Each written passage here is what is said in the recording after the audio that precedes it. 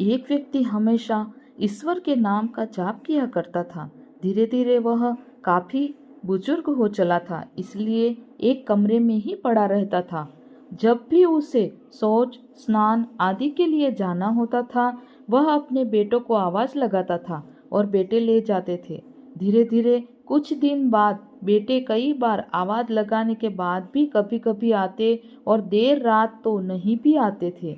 इस दौरान वे कभी कभी गंदे बिस्तर पर ही रात बिता दिया करते थे। अब और ज्यादा बुढ़ापा होने के कारण उन्हें कम दिखाई देने लगा था।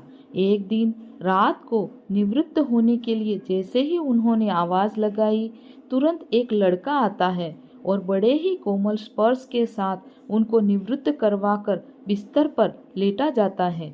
अब ये रोज का नियम हो गया।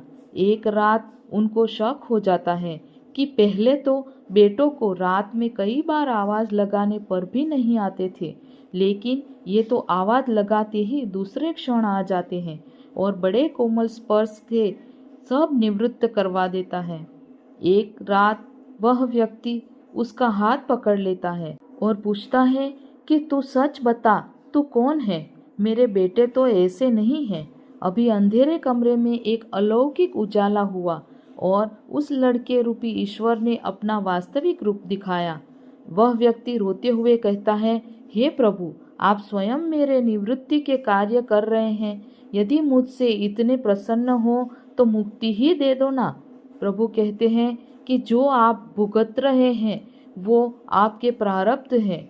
आप मेरे सच्चे साधक हैं, हर समय मेरा नाम जप करते हैं, इसलिए मैं आपके प्रारब्ध भी आपकी सच्ची साधना के कारण स्वयं कटवा रहा हूँ। व्यक्ति कहता है कि क्या मेरे प्रारब्ध आपकी कृपा से भी बड़े हैं? क्या आपकी कृपा मेरे प्रारब्ध नहीं काट सकती है?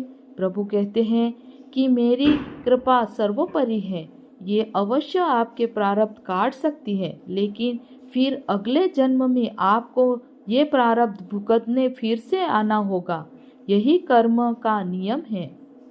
इसीलिए आपके प्रारब्ध मैं स्वयं अपने हाथों से कटवाकर इस जन्म मरण से आपको मुक्ति देना चाहता हूँ।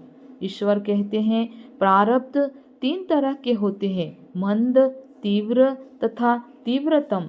मंद प्रारब्ध मेरा नाम जपने से कट जाते हैं। तीव्र प्रारब्ध किसी सच्चे संत का संग करने के साथ श्रद्धा और विश्वास से मेरा नाम जपने पर कट जाते हैं, पर तीव्रतम प्रारब्ध भुगतने ही पड़ते हैं। लेकिन जो हर समय श्रद्धा और विश्वास से मुझे जपते हैं, उनके प्रारब्ध मैं स्वयं साथ रहकर कटवाता हूँ और तीव्रता का एहसास नहीं होने देता हूँ। प्रारब्ध पहले रचा, पीछे रचा शरीर, तुलसी चिंता क्यों करे, भजले श्री रघुवीर।